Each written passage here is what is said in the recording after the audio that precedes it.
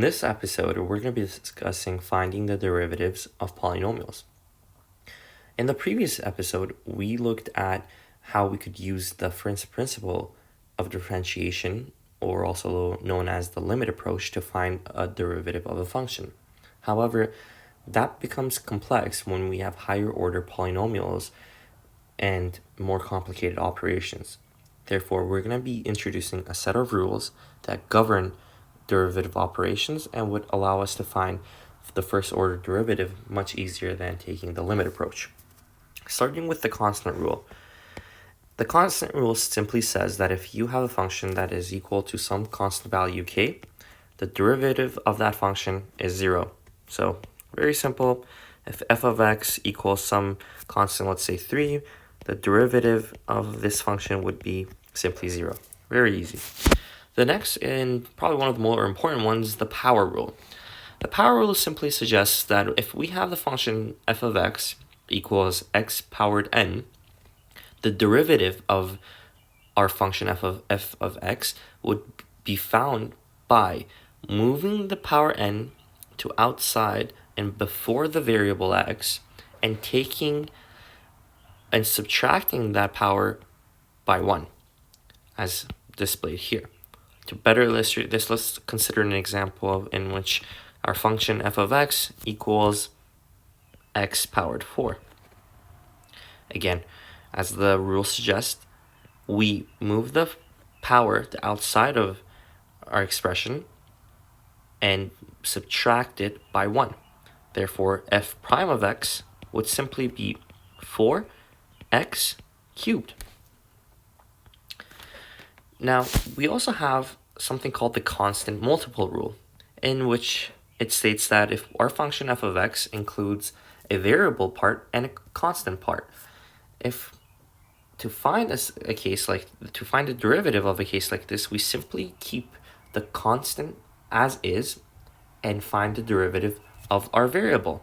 So if we have, for example, if we have a function f of x equals 3x cubed, 3x squared.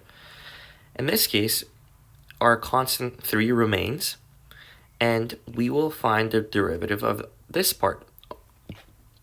We already know from the power rule that in a case like this, we keep the 3 as we keep the constant, and we take the power 2 to outside of our variable and subtract it by 1, so 2 minus 1. And this simply translates to 6 power multiplied by x powered 1, or we don't even write that. So it would be the derivative of our function would simply be 6x. Next, we have the summation rule, in which it suggests that if a function is comprised of two different parts, we simply find the derivative of each expression individually and sum them to find the total derivative of our function. Let's look at an example. If we have a function f of x, if we have a function f of x equals 3x plus 2x squared, we want to find the derivative of the entire derivative of this function. We simply find the derivative of each expression individually and sum it together. Again, 3x, the derivative of 3x would simply be 3, and both of these expressions we're using the power rule to find the derivative. So 3x, derivative of 3x would be 3, and the derivative of 2x squared would simply be 4x. Therefore, the derivative of our function f of x would simply be 3 plus 4x. And the same concept applies when we're taking the differences. If we have two parts to our function, two or more parts, not necessarily two, to our function, we simply we find the individual derivatives of each expression and then either sum or subtract it from one another depending on the function. So let's look at an example. For instance, if f of x equals 4x minus 2, f prime of x would simply be the derivative of 4x, which is 4, and minus the derivative of 2, which is 0.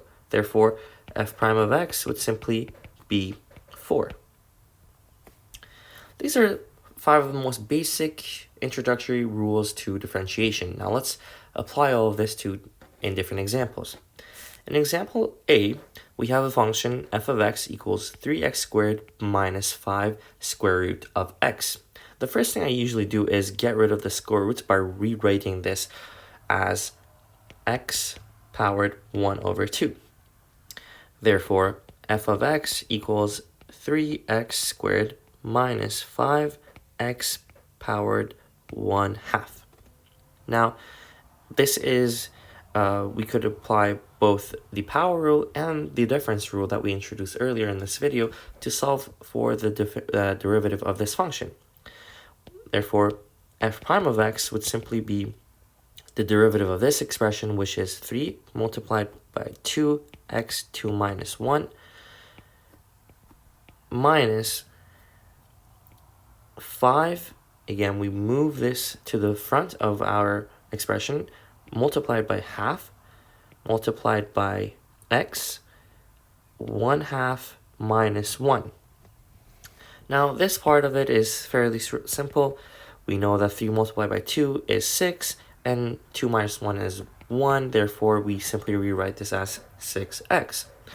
On the second part, 1 half minus 1 would be negative 1 half, and 5 over 2 would be simply 5 multiplied by 1 half would be 5 over 2. Therefore, our expression would be 5 over 2 multiplied by x to the power negative 1 half. And we could further simplify this to be, actually, let me write this on another line.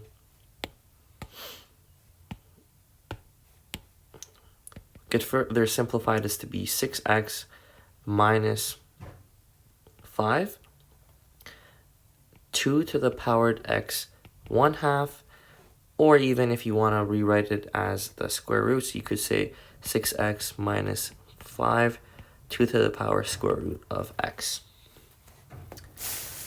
And for example B, we again utilize both the power rule and the summation and the difference rule, in which we find the derivative of each expression individually and apply the operations based on our function. So f prime of x would simply be the derivative of the first expression, 2x powered 3, which would be, again, simply 2 multiplied by 3x 3 minus 1, plus the second expression would simply, the derivative of the second expression would simply be 5 multiplied by 2, x 2 minus 1.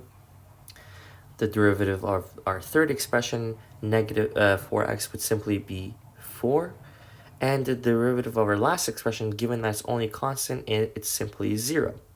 Putting it all together, f prime of x becomes 6x2 plus 10x minus 4. And this is our first order derivative of our function. The next example includes our function f of x equals 3x plus 2 powered 2. The first thing we do in questions like this is expand our function. So f of x could be rewritten as 9x squared plus 4 times 3x plus 4. Or in other words, I'm going to rewrite this as 12x. So 12x plus 4. And using the summation rule, we simply find the derivative of each expression individually and add or sum them all up together. So 9x squared, the derivative of 9x squared would simply be 9 multiplied by 2x plus, and again, I'm not going to write this every time, but x power 2 minus 1 would be x powered 1. We don't write that. So it would be simply 9 multiplied by 2, or 18x, and 12x would be simply 12. And because 4 is a constant, the derivative would simply be 0. Therefore, our f prime of x becomes 18x plus 12, and that would be it. Now, in our final example, we have an expression s of t, in which t is greater than 0. We will be introducing new rules and principles that would help us find the derivative that includes division. However, right now we could solve this problem using simplification.